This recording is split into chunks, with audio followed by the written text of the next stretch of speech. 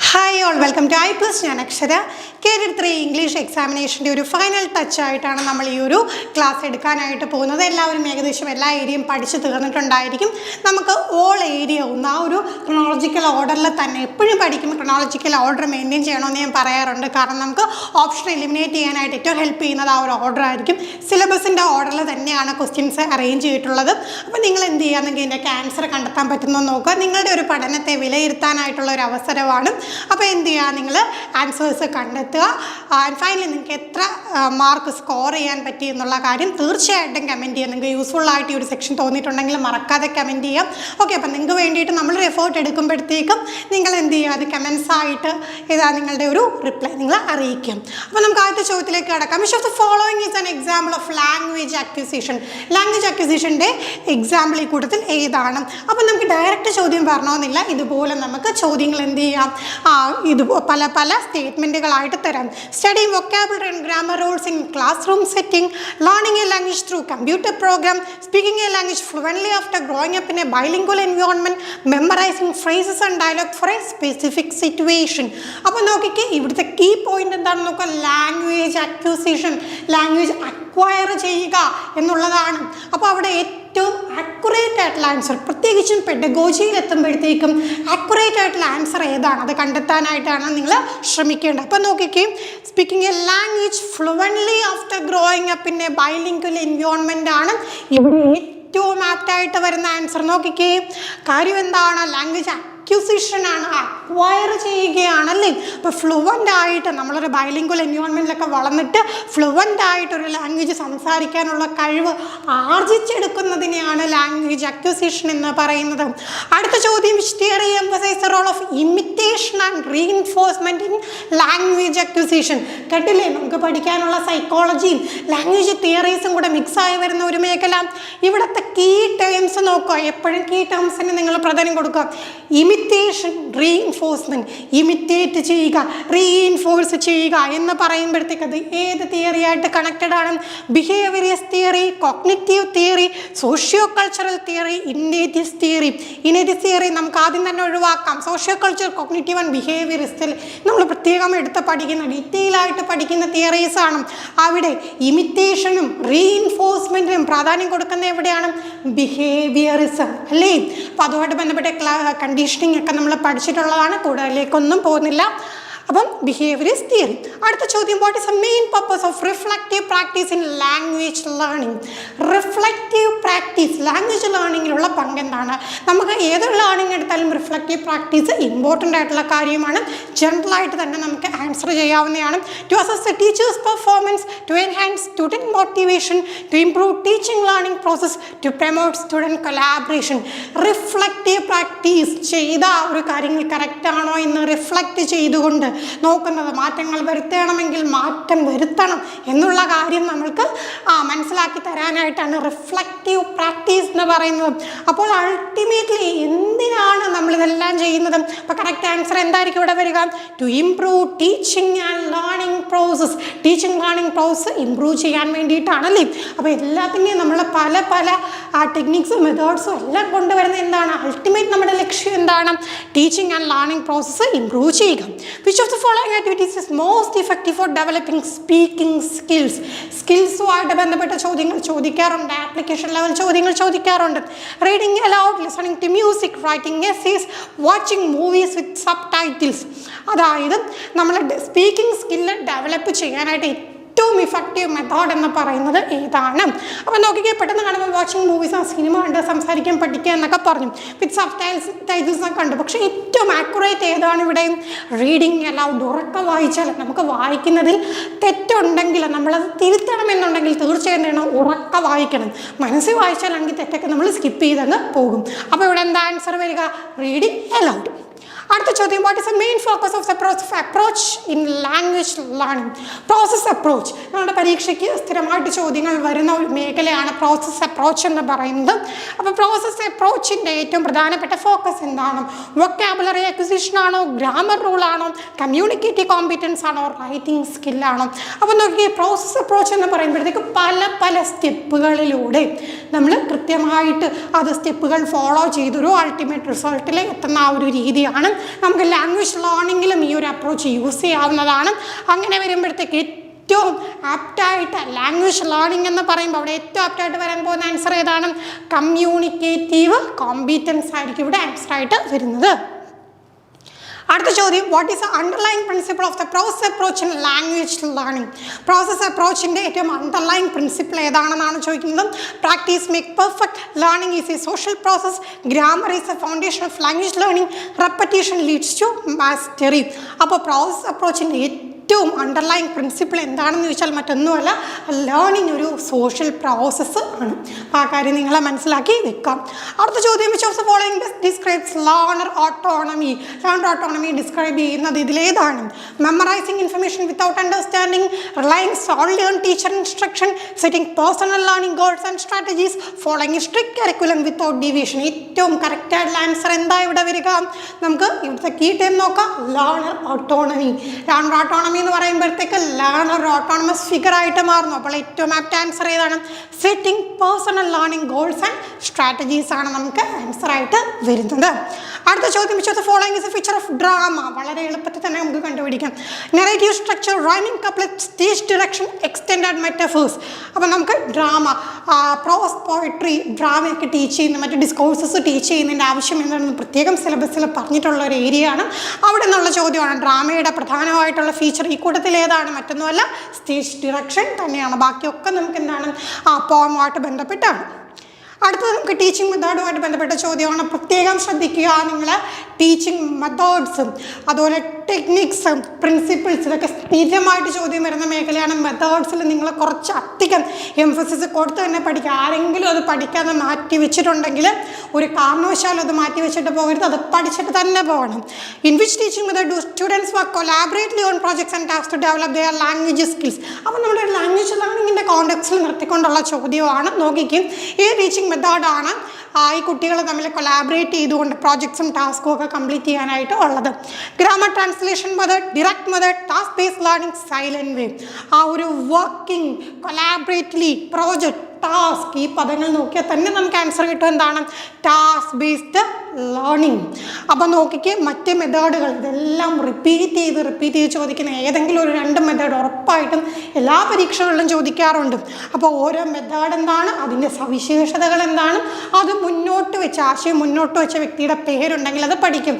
നമ്മുടെ ചാനലിൽ തന്നെ മിക്കവാറും ആ ഒരു പെഡഗോജി ആയിട്ടുള്ള വീഡിയോസ് എല്ലാം ഫ്രീ ആയിട്ട് അവൈലബിൾ ആണ്. അതൊക്കെ നിങ്ങൾക്ക് യൂട്ടിലൈസ് ചെയ്യാം. അടുത്ത, what is the term used to describe the practice of tailoring teaching method and approach to accommodate the unique needs of student with learning difficulties? അപ്പോൾ പല തരത്തിലുള്ള കുട്ടികൾ നമ്മുടെ ക്ലാസ് റൂമിൽ കാണും. അപ്പോൾ ഈ ഒരു സ്പെഷ്യൽ നീഡ്സ് ഒക്കെ ഉള്ളവരെ എങ്ങനെ ടീച്ച് ചെയ്യണോ എന്നുള്ളതായിട്ട് ബന്ധപ്പെട്ട് ചോദ്യങ്ങൾ നമുക്ക് വരാറുണ്ട്. അത്തരമൊരു ചോദ്യമാണ്. നോക്കിക്കും, ഈ ടീച്ചിങ് മെത്തേഡും അപ്രോച്ചും നമ്മൾ ടെയിലർ ചെയ്യണം, നമ്മൾ മാറ്റങ്ങൾ വരുത്തണം, ഫ്ലെക്സിബിൾ ആക്കി എടുത്തുകൊണ്ട് യൂണിക് നീഡ്സ്, സ്റ്റുഡൻസിൻ്റെ യൂണിക് നീഡ്സ് മനസ്സിലാക്കി അവരുടെ ലേണിംഗ് ഡിഫിക്കൽട്ടീസ് മനസ്സിലാക്കുന്നതിന് പറയുന്ന പേരെന്താണ്? Inclusion, differentiation, standardisation, segregation. അവിടെ എന്താണ് ആൻസർ വരുന്നത് വെച്ചാൽ ഡിഫറൻസിയേഷൻ ആണ് കേട്ടോ. അപ്പോൾ നമ്മൾ ഓരോ കുട്ടിക്കും ഇൻഡിവിജ്വലായിട്ട് ടൈലർ ചെയ്ത് കൊടുക്കുന്നതിന് പറയുന്ന പേരെന്താണ്? ഡിഫറൻസിയേഷൻ. അടുത്ത ചോദ്യം, which of the following is A famous example of old English EPIC poetry? പഠിക്കണം, ഓൾഡ് ഇംഗ്ലീഷ് ട്രഷർ മുതൽ പഠിക്കണം, അവിടെ മുതൽ ചോദിക്കാറുണ്ട്. ഓർഡറിൽ പഠിച്ച ഒരാൾക്ക് വളരെ ഈസി ആയിട്ട് ആൻസർ കണ്ടെത്താം. ഓൾഡ് ഇംഗ്ലീഷ് എപ്പിക് പോയട്രി ഉദാഹരണം പാരഡൈസ് ലോസ്റ്റ് അല്ല, കാൻറ്റർബറി ടൈൽസ് അല്ല, സഗ്വൈന ആൻഡ് ദ ഗ്രീൻ നൈറ്റ് അല്ല. പിന്നെ എന്താണ് ആൻസർ വരിക? ബിവോൾഫ് ആണല്ലേ old English. Anglo Saxon English അവിടെ നിന്ന് വരുന്ന ഒരു ചോദ്യമാണ്. അല്ലെങ്കിൽ early English, old English, Anglo Saxon അല്ലെങ്കിൽ ഏർലി ഇംഗ്ലീഷ് എന്നൊക്കെ കണ്ടു കഴിഞ്ഞാൽ ഒന്ന് തന്നെയാണ്. ഇവിടെ എന്താ ആൻസർ? ബിവോൾഫ് ആണ്. അടുത്ത ചോദ്യം, which work by William Langland critics society and the church? William Langland ഏത് വർക്കാണ് സൊസൈറ്റിയും ചർച്ചിനെയും ക്രിട്ടിസൈസ് ചെയ്യുന്നതും? ഓക്കെ, സൊസൈറ്റിയും ചർച്ചിനെയും ക്രിട്ടിസൈസ് ചെയ്യുന്ന കാര്യം നിങ്ങൾക്ക് അറിയില്ല, വിട്ടേരും. വില്യം ലാംഗ്ലാൻഡിനെ നമുക്കറിയാം. ലാംഗ്ലാൻഡ് വർക്ക് ഏറ്റവും ഇമ്പോർട്ടൻ്റ് ആയിട്ടൊരു വർക്കാണുള്ളത്. അത് പഠിക്കാനായിട്ട് നമ്മൾ എളുപ്പ വഴിയും പറഞ്ഞിട്ടുണ്ട്. ലാൻഡിലാണ് നമ്മൾ പ്ലൗ ചെയ്യുന്നത് ആരാണ്? പ്ലൗമാൻ ആണ്. വില്യം ലാംഗ്ലാൻഡ് വർക്ക് ഏതാണ്? പിയേഴ്സ് പ്ലൗമാൻ ആണ്. Confessio, Amantis, Fall of Princes, Regiment of Prince ഒക്കെ നമുക്ക് എന്ത് ചെയ്യാം? എലിമിനേറ്റ് ചെയ്ത് തന്നെ നമുക്ക് ആൻസറിലോട്ട് പോകാം. അടുത്ത, who compiled the Arthurian legends and tales in Le Morte അതും ലേ മോർട്ടെ ആദർ എന്നുള്ള വർക്കിൽ ആർതൂറിയൻ ലെജൻസിനെ കുറിച്ചുള്ള കാര്യങ്ങൾ കമ്പയർ ചെയ്തത് ആരാണ്? Chaucer, Langland, Malory, John Lydgate. ആരാണ്? തോമസ് മെലോറിയാണ് മോർട്ടയുടെ ആദറിനെ കമ്പയർ ചെയ്തിട്ടുള്ളത്. Which intellectual movement emphasized the importance of human beings and their potential for achievement during the Renaissance? Renaissance കാലഘട്ടത്തിൻ്റെ പ്രത്യേകം നമുക്കറിയാം. ഏറ്റവും പ്രാധാന്യം ആർക്ക് കൊടുത്തു? ഹ്യൂമൻ ബീങ്സിന് പ്രാധാന്യം കൊടുത്തു. ഹ്യൂമൻ ബീങ്സിന് അച്ചീവ്മെൻറ്റുകൾ നടത്താനുള്ള പൊട്ടൻഷ്യൽ ഉണ്ട് എന്ന് പറഞ്ഞുകൊണ്ട് മാൻ എന്ന് വെച്ചാൽ ഒരു എന്താ പറയുന്നത്, ഒരു പാപിയായിട്ടുള്ള ഒരു ജന്മമല്ല, പകരം എന്താണ്, വളരെയധികം കഴിവുകളുള്ള ഒരു സൃഷ്ടിയാണ് എന്ന് പറയുന്ന ആ ഒരു ഫിലോസഫി നമ്മൾ ഓൾറെഡി ഫിലോസഫിയിൽ പഠിച്ചിട്ടുള്ളതാണല്ലേ. അപ്പോൾ അത് ഏതാണ് ആ ഒരു ഇൻ്റലക്ച്വൽ മൂവ്മെൻറ്റ് എന്ന് പറഞ്ഞാൽ ഹ്യൂമനിസമാണ്. അടുത്ത ചോദ്യം, who is known for his work utopia? പലപ്പോഴും ചോദിച്ചിട്ടുള്ളൊരു ചോദ്യമാണ് ഉട്ടോപ്പിയ എന്ന് പറയുന്നത്. റിനൈസൻസ് ഫിഗർ ആയിട്ടുള്ള ഏത് വ്യക്തിയാണ് ഈ ഒരു ഗ്രന്ഥം രചിച്ചിട്ടുള്ളത്? പിന്നെ ഉട്ടോപ്യൻ ലിറ്ററേച്ചർ എന്ന് പറഞ്ഞ് തന്നെ ഒരു പ്രത്യേക റാന വരുന്നുണ്ട്, ഡിസിട്ടോപ്യൻ ലിറ്ററേച്ചർ വരുന്നുണ്ട്. അതിൻ്റെ കാര്യമൊക്കെ നമുക്ക് പിന്നീട് ഡിസ്കസ് ചെയ്യാം. അപ്പം നമുക്ക് ചോദ്യത്തിലേക്ക് തിരികെ വരും. ഉട്ടോപ്പിയ ആരുടെ വർക്കാണ്? തോമസ് മോറിൻ്റെ വർക്കാണ് utopia. Which writer is known for his work The Defense of Poesy? The Defense of Poesy എന്ന് പറയുന്ന വർക്ക് ആരുടേതാണ്?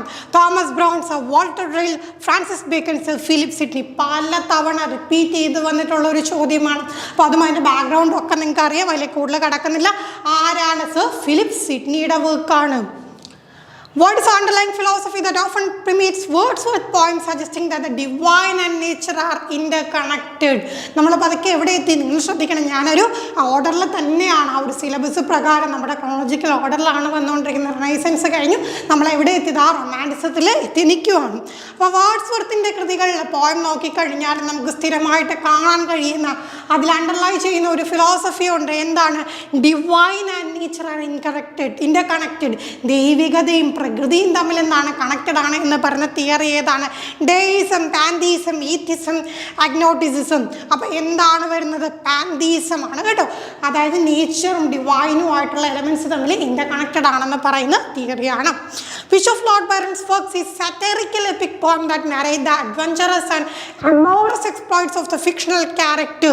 അപ്പോൾ ലോർഡ് ബൈറൻ്റെ ഒരു സറ്ററിക്കൽ ആയിട്ടുള്ള ഒരു എപ്പിക് പോയമാണ്, വളരെ അഡ്വഞ്ചറസ് ആയിട്ടുള്ള അമോറസ് ആയിട്ടുള്ള ഫിക്ഷണൽ ക്യാരക്ടർ വരുന്നത്. ഈ കൂട്ടത്തിൽ ഏതാണ്?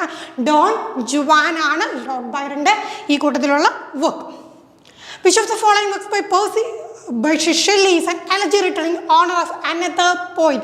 മറ്റൊരു കവിക്ക് ഓണറായി ചെയ്തുകൊണ്ട് ഒരു എന്താണ്, ഒരു എലജി ആണല്ലേ. അപ്പോൾ അദ്ദേഹത്തിൻ്റെ ഒരു മരണത്തിൽ അനുശോചിച്ചുകൊണ്ട് എഴുതിയ കൃതി ഏതാണ്? ഓക്സിമാൻഡിയസ്, പ്രൊമത്തിയസ് അൺബോൺ, ഡോണിയാസ്, ഓർ ടു ദ വിസ്വിൻ. അപ്പോൾ ഏതാണ് ഇവിടെ ആൻസർ ആയിട്ട് വരുന്നത്? ഡോണിയാസ് ആണ്. അപ്പം നോക്കിക്കേ, ഇവിടെ ഏത് കവിയുടെ മരണത്തിൽ അനുശോചിച്ചുകൊണ്ടാണെന്നുള്ളത് നിങ്ങൾക്ക് അറിയാമെങ്കിൽ തീർച്ചയായിട്ടും നിങ്ങൾ കമൻറ്റിൽ രേഖപ്പെടുത്തുക. In La Belle Dame Sans Mercy, what is the central theme explored by John Keats? John Keatsന്റെ വളരെ പ്രശസ്തമായിട്ടുള്ള ഒരു കവിതയാണല്ലേ La Belle Dame Sans Mercy. ഒട്ടും മേഴ്സി ഇല്ലാത്ത സുന്ദരിയായ യുവതിയുടെ കഥയൊക്കെ നമ്മൾ പഠിച്ചിട്ടുള്ളതാണ്. അവിടുത്തെ തീം എന്താണ്?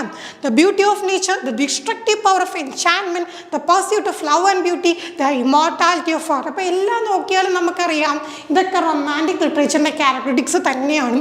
ഇവിടെ നമുക്ക് ആ ഒരു വർക്കിൻ്റെ പ്രത്യേകമായിട്ട് എടുത്ത് നോക്കിക്കഴിഞ്ഞാൽ അവിടെ എന്താ ആൻസർ വരുന്നത്? The destructive power of enchantment ആണ് നമുക്കവിടെ ആൻസറായിട്ട് വരുന്നത്. അടുത്ത ചോദ്യം, which themes are commonly explored in domestic novels? Domestic നോവൽസിൻ്റെ പ്രധാനപ്പെട്ട തീമുകൾ എന്തൊക്കെയാണ്? Political intrigue and power struggle, courtship, marriage and societal expectation, epic battles and heroic wars, exploration of foreign lands and cultures. ഇവിടെ ഏറ്റവും നമ്മൾ പ്രധാനമായിട്ട് ശ്രദ്ധിക്കേണ്ട കീ ടൈം എന്നാണ് ഡൊമസ്റ്റിക് നോവൽസ്. അപ്പോൾ എന്തായിരിക്കും? വീടിനകത്ത് കിടക്കുന്ന കഥകളായിരിക്കും. അങ്ങനെ വരുമ്പോൾ എന്താ ഇവിടെ ആൻസർ വരിക? Courtship, marriage and societal expectation ആണ് നമുക്കിവിടെ ആൻസറായിട്ട് വരിക. അടുത്ത ചോദ്യം, what is the central theme of George Eliot's novel Adam Bede? നമുക്ക് എല്ലാ വർക്കിൻ്റെയും എല്ലാ സമ്മറിയും ഒന്നും പഠിച്ചു വെക്കാനായിട്ട് തീം പഠിച്ചു വെക്കാൻ പറ്റില്ല. അങ്ങനത്തെ ചോദ്യങ്ങളൊക്കെ വരും. ഇപ്പോൾ ജസ്റ്റ് ബേസിക് ആയിട്ടൊക്കെ നമ്മൾ ആ ആളെ മനസ്സിലാക്കി, റൈറ്ററിനെ മനസ്സിലാക്കിയിട്ടും ആ റൈറ്ററിൻ്റെ ഒരു രീതി വെച്ചുകൊണ്ടൊക്കെ നമുക്ക് ആൻസറിലേക്ക് എത്താൻ. Social reform and intellectual pursuit ആണോ? Struggling of the working class ആണോ? Morality, religion and consequence of action ആണോ? The curse for personal heritage ആണ്. അപ്പോൾ നമുക്ക് ജോർജ് ഇലിയറ്റിൻ്റെ ആഡം ബീഡിൽ നമുക്ക് എന്താണ്? Morality, religion and consequence of action ആണ് തീമായിട്ട് വരുന്നത്. Who wrote the play the Importance of Being Earnest. ഒരുപാട് തവണ റിപ്പീറ്റ് ചെയ്തിട്ടുള്ള ഒരു വർക്കാണ്, ഒരു പ്ലേ ആണ് the Importance of Being Earnest എന്ന് പറയുന്നത്. അതിൻ്റെ സബ് ടൈറ്റിൽ ചോദിച്ചിട്ടുണ്ട്, trivial comedy for serious people എന്നുള്ള സബ് ടൈറ്റിൽ ചോദിച്ചിട്ടുണ്ട്. പല എക്സാംസിനും പലതവണ റിപ്പീറ്റ് ചെയ്ത് വന്നിട്ടുണ്ട്. ആരാണ് ഈ ഒരു പ്ലേ രചിച്ചത്?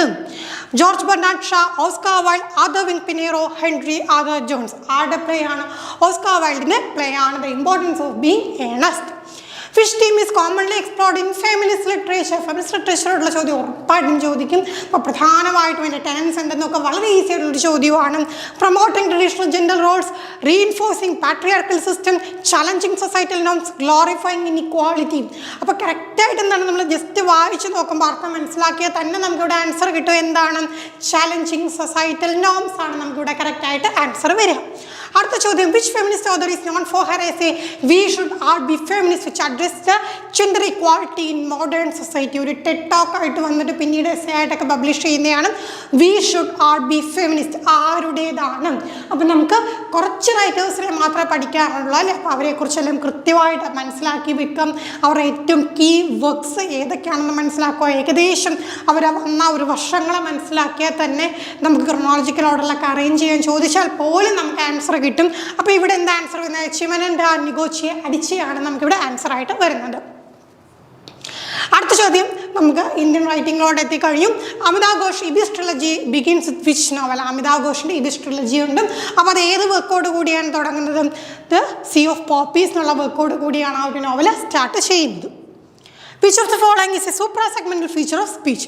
നമുക്ക് ആ ഒരു അടുത്ത ഫൈനൽ ഏരിയ, ഒരു ലിംഗ്വിസ്റ്റിക്സ് ആൻഡ് ഫോണിറ്റിക്സ് എന്നുള്ള ഏരിയയിലോട്ട് എത്തിക്കഴിഞ്ഞു. അപ്പോൾ നോക്കിക്കും ഒരു സൂപ്രാ സെഗ്മെൻ്റൽ ഫീച്ചർ ഈ കൂട്ടത്തിൽ ഏതാണ്? കൃത്യമായിട്ട് സിലബസ് കണ്ടിട്ടുള്ളവർക്ക് ആ ഒരു ഓർഡറിൽ അറേഞ്ച് ചെയ്തേക്കുന്ന അറിയാം. Place of articulation, voicing, manner of articulation, intonation. ഒരു വ്യക്തിയുടെ സ്പീച്ചിലെ സൂപ്രാ സെഗ്മെൻ്റൽ ഫീച്ചറിൻ്റെ ഉദാഹരണം ഏതാണ്? മറ്റൊന്നുമല്ല, ഇൻറ്റോനേഷനാണ്. പ്ലേസ് ഓഫ് ആർട്ടിക്കുലേഷനും വോയിസിങ്, മാനർ ഓഫ് ആർട്ടിക്കുലേഷനും ഒക്കെ ഇമ്പോർട്ടൻ്റ് ആണ്. ചോദ്യങ്ങൾ ചോദിക്കുന്ന മേഖലയാണ്. നിങ്ങൾ നോക്കിയിട്ട് പോവാം. What is a morpheme? വളരെ ബേസിക് ആയിട്ടുള്ള ചോദ്യങ്ങൾ നമുക്ക് ചോദിക്കാറുണ്ട്.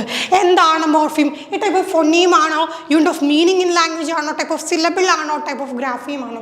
ഈ ഒരു മേഖല നമ്മൾ കൃത്യമായിട്ട് പഠിച്ചു വെച്ച് കഴിഞ്ഞാൽ അത് അതുപോലെ ചോദിക്കുന്ന ഒരു ഏരിയ ആണ് ഈ പറയുന്ന ലിംഗ്വിസ്റ്റിക്സ് ആൻഡ് ഫോണിറ്റിക്സ് എന്ന് പറയുന്നത്. അപ്പോൾ എന്താണ് ഫൊണീം, എന്താണ് മോർഫീം, ഇപ്പോൾ എന്തൊക്കെ ടൈപ്പ് ഉണ്ട് എന്നൊക്കെയുള്ളത് നിങ്ങൾ കൃത്യമായിട്ട് പഠിച്ചിട്ട് പോവുക. അപ്പോൾ എന്താണ് morpheme? Unit of meaning in language ആണ് മോർഫീം എന്ന് പറയുന്നത്. അടുത്ത ചോദ്യം, what is a term for informal language used among peers and in casual settings? നമ്മൾ കൂട്ടുകാരും ഒക്കെ ആയിട്ടിരിക്കുമ്പോൾ നമ്മൾ സംസാരിക്കുന്ന ആ ഒരു സംസാര രീതിക്ക് പറയുന്ന പേരെന്താണ്? Slang, formal language, standard language, academic language. അപ്പോൾ നമ്മൾ ഒരു ഇൻഫോർമൽ സെറ്റിങ്ങിൽ ഇരിക്കുമ്പോൾ സംസാരിക്കുന്ന രീതിക്ക് പറയുന്ന പേരെന്താണ്? മറ്റൊന്നുമല്ല, സ്ലാങ് എന്നാണ്. ഇവിടെ ശ്രദ്ധിക്കുക, ഇവിടുന്ന് ഒരുപാട് ചോദ്യങ്ങൾ വരാൻ കൊള്ളാവുന്ന ഒരു ഏരിയ ആണ്. രജിസ്റ്റർ, ഡയലക്റ്റ്, അങ്ങനെയൊക്കെയുള്ള കുറേ ടേംസ് ഇല്ലേ, ജാർഗൺ. അപ്പോൾ അതൊക്കെ നിങ്ങൾ നോക്കിയിട്ട് പോകും. ഇതൊക്കെ തന്നെ മാറി മാറി, ഡയലക്റ്റ്, ഇഡിയോലക്റ്റ് ഒക്കെ മാറി മാറി മാറി ചോദിക്കാറുണ്ട്. അപ്പോൾ ഓരോന്നും എന്താണ് നിങ്ങൾ കൃത്യമായിട്ട് മനസ്സിലാക്കി വെച്ചിട്ട് പോവുക. നമുക്കൊരു ചോദ്യം കൂടി ഡിസ്കസ് ചെയ്യാം. According to Saussure, what is relationship between the signifier and signified? നമുക്ക് സിലബസിൽ സ്ട്രക്ചറലിസം ഒന്നും എടുത്ത് പറഞ്ഞിട്ടില്ലെങ്കിൽ പോലും സ്ഥിരമായിട്ട് ചോദ്യം റിപ്പീറ്റ് ചെയ്ത് വന്നിട്ടുള്ള ഒരു മേഖലയാണ് സെഷൂറും സ്ട്രക്ചറലിസും. അപ്പം നോക്കിക്കേ, സിഗ്നിഫയറും സിഗ്നിഫൈഡും തമ്മിലുള്ള ബന്ധം എന്താണ്? അപ്പം അതിന് മുമ്പേ മനസ്സിലാക്കണം എന്താണ് സിഗ്നിഫയർ, എന്താണ് സിഗ്നിഫൈഡ്. ഞാനിപ്പം മരം എന്ന് പറഞ്ഞ സമയത്ത് നിങ്ങളുടെ മനസ്സിലൊരു രൂപവും തെളിഞ്ഞു, അതോടൊപ്പം തന്നെ ഒരു ശബ്ദവും ഉണ്ടായി അല്ലേ? അപ്പോൾ ആ ഒരു ശബ്ദവും രൂപവും അതിനെയാണ് നമ്മൾ സിഗ്നിഫയറും സിഗ്നിഫൈഡും എന്ന് പറയുന്നത്. ഈ സിഗ്നിഫയറും സിഗ്നിഫൈഡും തമ്മിലുള്ള ബന്ധം അത് എങ്ങനെയുള്ളതാണെന്നാണ് സെഷൂർ, ഫെർഡിനാൻഡ് സെഷൂർ മുന്നോട്ട് വെക്കുന്നത്. അപ്പോൾ നോക്കിക്കേ, direct and necessary, arbitrary, imitative, symbolic. അപ്പോൾ സെഷൂറിൻ്റെ അഭിപ്രായ പ്രകാരം സിഗ്നിഫയറും സിഗ്നിഫൈഡും തമ്മിലുള്ള ബന്ധം എന്താണ്? ഇറ്റ്സ് ആർബിട്രറി, തമ്മിൽ ഒരു ബന്ധവും ഇല്ല. നമ്മൾ ഈ മരം എന്ന് പറയുന്ന പദവും ആ ഒരു രൂപം തമ്മിൽ എന്തെങ്കിലും ബന്ധമുണ്ടോ? വളരെ വാസ്റ്റായിട്ടുള്ള ഒരു സംഗതിയാണ് ആകാശം എന്ന് പറയുന്നത്. അതിനെ റെപ്രസെൻ്റ് ചെയ്യാൻ നമ്മൾ ഇംഗ്ലീഷ് ഉപയോഗിക്കുന്ന സ്കൈ എന്ന് പറയുന്ന ചെറിയൊരു പദമാണ്. ഈ ഒരു പദവും ഈ ഒരു ഇമേജും തമ്മിൽ എന്തെങ്കിലും ഡയറക്റ്റ് ബന്ധമുണ്ടോ? ഇല്ല. അപ്പോൾ അങ്ങനെ ബന്ധമില്ലാത്ത റിലേഷനെയാണ് നമ്മൾ എന്ത് പറയുന്നത്? ആർബിട്രറി എന്ന് പറയുന്നത്. ചോദിച്ചിട്ടുള്ള ചോദ്യമാണ്. പിന്നെ സെഷൂറിൻ്റെ ആ ഒരു മേഖലയിൽ നല്ല പാരോൾ, സിങ്ക്രോണിക്, ഡയക്രോണിക് അങ്ങനെയൊക്കെയുള്ള കാര്യങ്ങൾ സ്ഥിരമായിട്ട് ചോദിക്കുന്നതാണ്. അങ്ങനത്തെ ഏരിയ ഒക്കെ നിങ്ങളൊന്ന് നോക്കി വെക്കുക. പിന്നെ അറിയാമല്ലോ നമുക്ക് ഫിലിം, മീഡിയ, ട്രാൻസ്ലേഷൻ പോലുള്ള ഏരിയ എന്നൊക്കെ ചോദ്യം വരാറുണ്ട്. അതൊക്കെ വളരെ ഡയറക്റ്റ് ചോദ്യമായിരിക്കും. അപ്പോൾ ജസ്റ്റ് അതിനെക്കുറിച്ച് ബേസിക് ആയിട്ടുള്ളൊരു നോളജ് ഉള്ള ഒരാൾക്ക് പോലും വളരെ ഈസി ആയിട്ട് ഐഡൻറ്റിഫൈ ചെയ്യാൻ പറ്റും. അപ്പോൾ നമ്മൾ ജസ്റ്റ് ഒരു 30 ക്വസ്റ്റ്യൻസ് ആണ് ഈ ഒരു സെക്ഷനിൽ ഡിസ്കസ് ചെയ്യുന്നത്. അപ്പോൾ നിങ്ങളെല്ലാം പഠിച്ച് തീർന്ന ശേഷമാണ് ഈ ഒരു വീഡിയോ കാണേണ്ടത്. അപ്പോൾ നിങ്ങൾക്ക് ഒരു റിവിഷനൊക്കെ ഉണ്ടെങ്കിൽ റിവിഷനൊക്കെ നടത്തി കഴിഞ്ഞ ശേഷം നിങ്ങൾ ഈ ഒരു വീഡിയോ കണ്ടിട്ടുണ്ടായിരിക്കും. അപ്പോൾ നിങ്ങൾ തീർച്ചയായിട്ടും എന്ത് ചെയ്യുക, നിങ്ങൾക്ക് എത്ര മാർക്ക് സ്കോർ ചെയ്യാൻ പറ്റിയെന്ന് കമൻറ്റ് ചെയ്യും. നമുക്കറിയാം ഓരോ മത്സര പരീക്ഷകളുടെയും കാഠിന്യം കൂടി വരുന്ന ടൈമാണ്.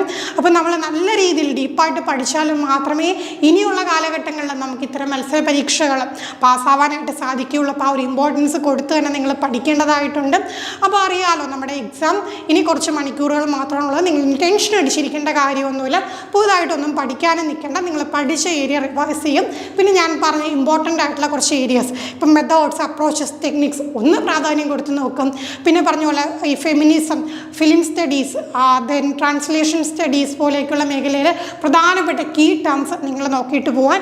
ആൻഡ് ഫൈനലി ഒരു കാര്യം പറയാനുള്ളത് അവാർഡ്സും സ്ഥിരമായിട്ട് റിപ്പീറ്റ് ചെയ്യുന്ന ഒന്നാണ് ഈ നോബൽ പ്രൈസ്. നമുക്ക് ആ ഒരു ചിലപ്പം ഈ ഒരു വർഷത്തെ അല്ലെങ്കിൽ മുമ്പത്തെ വർഷത്തെ ചോദിക്കുന്ന ഒരു രീതി കേരള പരീക്ഷയിൽ സ്ഥിരമായിട്ട് നമ്മൾ കാണാറുള്ളൊരു പാറ്റേൺ ആണ്. അവാർഡ്സ് കൂടി നിങ്ങൾ നോക്കിയിട്ട് പോകാം.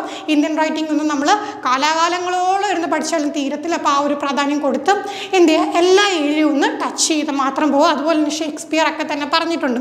ഷേക്സ്പിയറിൽ നിന്ന് ചോദ്യം വരുമെന്ന് പറഞ്ഞ് മൊത്തം വർക്കും പഠിക്കാനുള്ള നേരമൊന്നും നമുക്കില്ല. അപ്പോൾ ആ രീതിയിൽ നിങ്ങൾ എന്ത് ചെയ്യുക, പഠിച്ചു പോകും. അപ്പോൾ ഇത്രയും കാര്യങ്ങളാണ് ഈ ഒരു സെക്ഷനുമായിട്ട് ബന്ധപ്പെട്ട് പറയാനുള്ളത്. അപ്പോൾ ഈ സെക്ഷനെ കുറിച്ചിട്ടുള്ള നിങ്ങളുടെ അഭിപ്രായം എന്താണെന്ന് തീർച്ചയായിട്ടും നിങ്ങൾ കമൻറ്റ് ചെയ്യുക. എത്ര മാർക്ക് സ്കോർ ചെയ്യാൻ പറ്റിയെന്നും നിങ്ങൾ തീർച്ചയായിട്ടും കമൻറ്റ് ചെയ്യാൻ മറക്കരുത്. മറ്റൊരു വീഡിയോ നമുക്ക് വീണ്ടും കാണാം. എല്ലാവർക്കും ഓൾ ദ ബെസ്റ്റ്.